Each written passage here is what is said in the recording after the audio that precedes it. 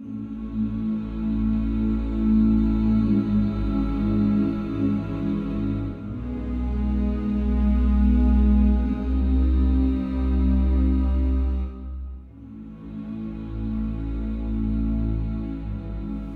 et bienvenue à notre 6e vidéo consacrée à l'astrologie.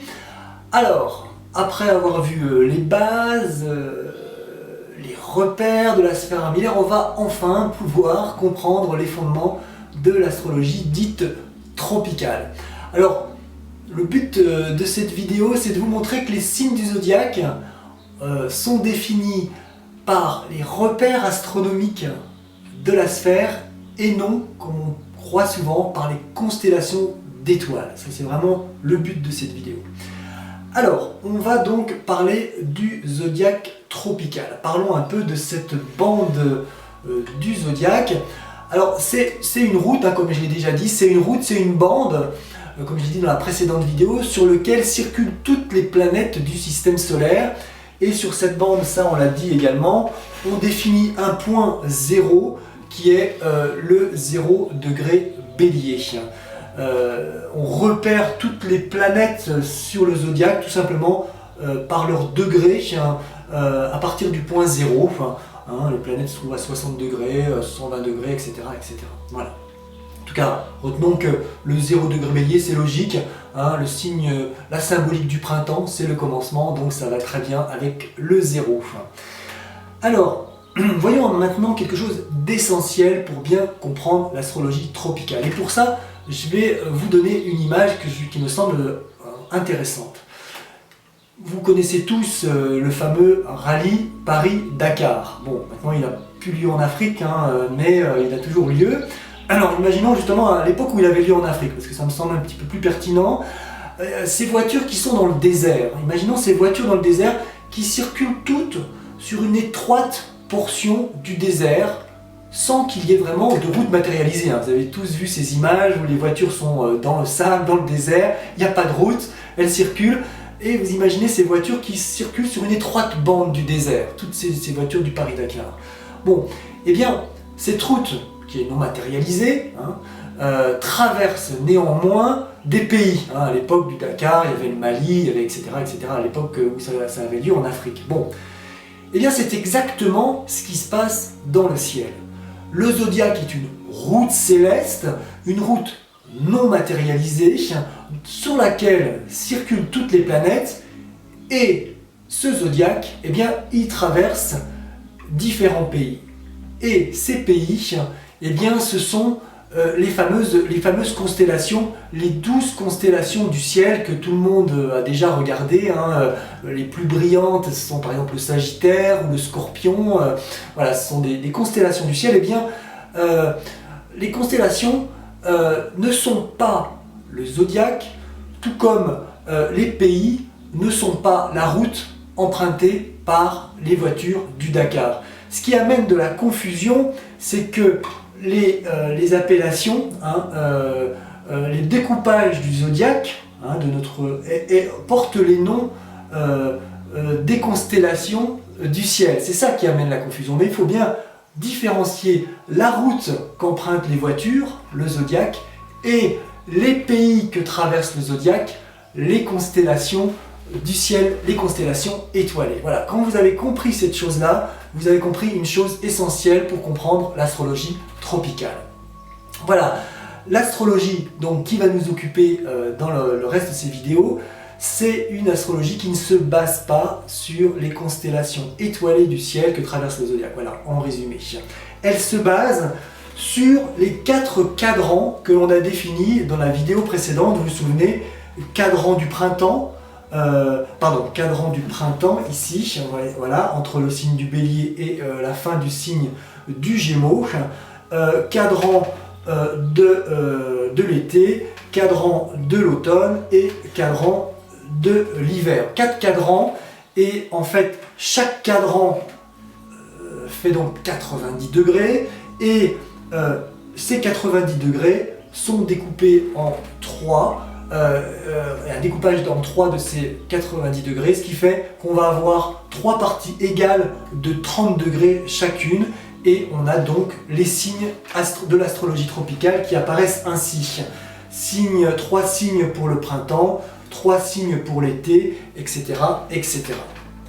Donc, on appelle cela l'astrologie tropicale parce que, justement, elle est définie par un cadre géométrique, par un découpage géométrique de la sphère céleste, et notamment définie par les tropiques. Alors, définie par les tropiques, définie par l'équateur, également définie par les cercles de la sphère, mais ça aurait été un peu compliqué comme nom, donc on a résumé ça par l'astrologie des tropiques, l'astrologie tropicale. Donc, retenez bien, c'est une astrologie définie par les tropiques, définie par la géométrie du ciel.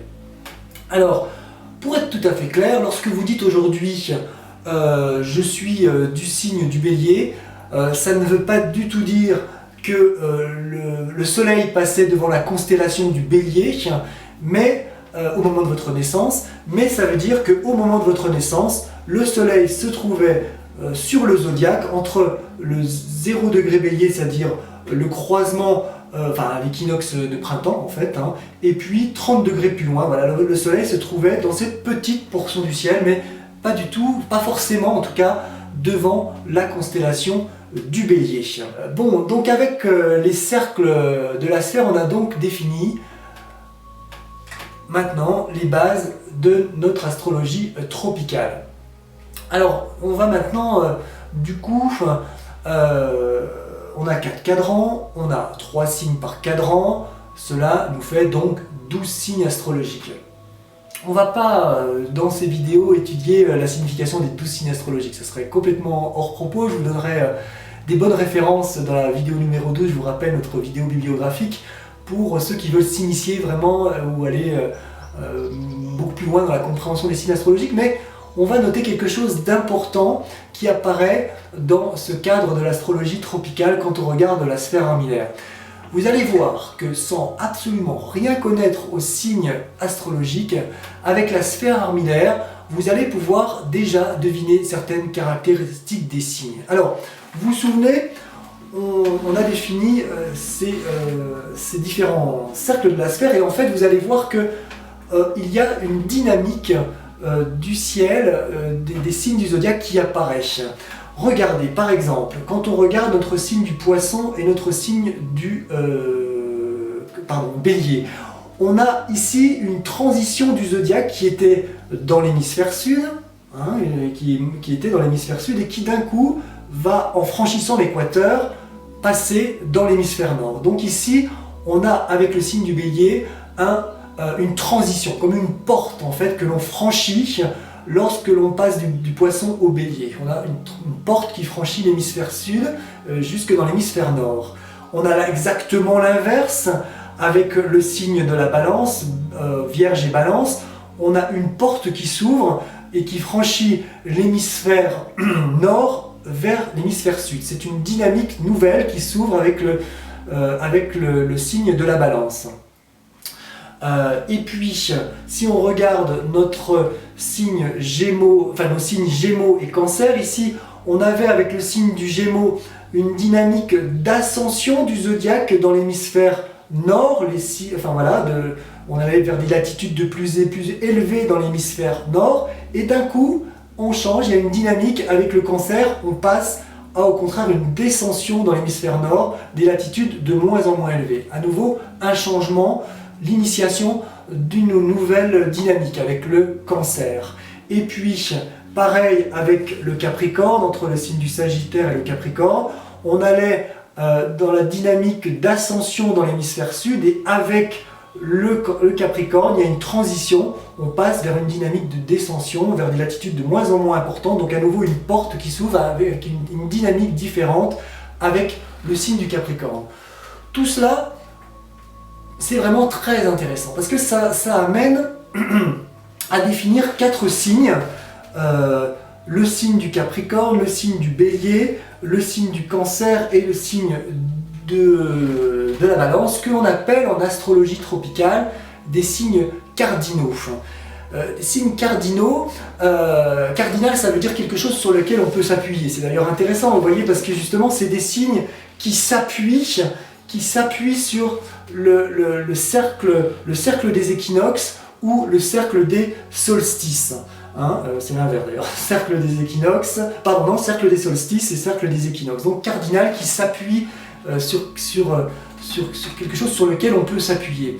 Et donc, ce qui est intéressant, c'est que les signes cardinaux en astrologie tropicale, ce sont des signes qui ont une symbolique, tous, les 4 signes, qui ont une symbolique d'élan, de commencement ou d'initiative. Et vous voyez bien que dans la géométrie céleste, ce sont tous des signes qui initient quelque chose de nouveau, qui initient une nouvelle dynamique. Par exemple, je vous rappelle ici, pour le signe de la balance, la balance initie le passage dans l'hémisphère sud. Donc voilà, c'est vraiment intéressant. On retrouve uniquement avec la géométrie du ciel la symbolique de ces 4 signes cardinaux.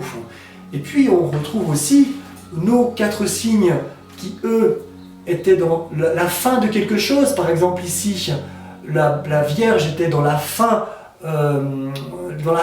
de l'hémisphère nord, hein, et avec la balance on passe dans l'hémisphère sud.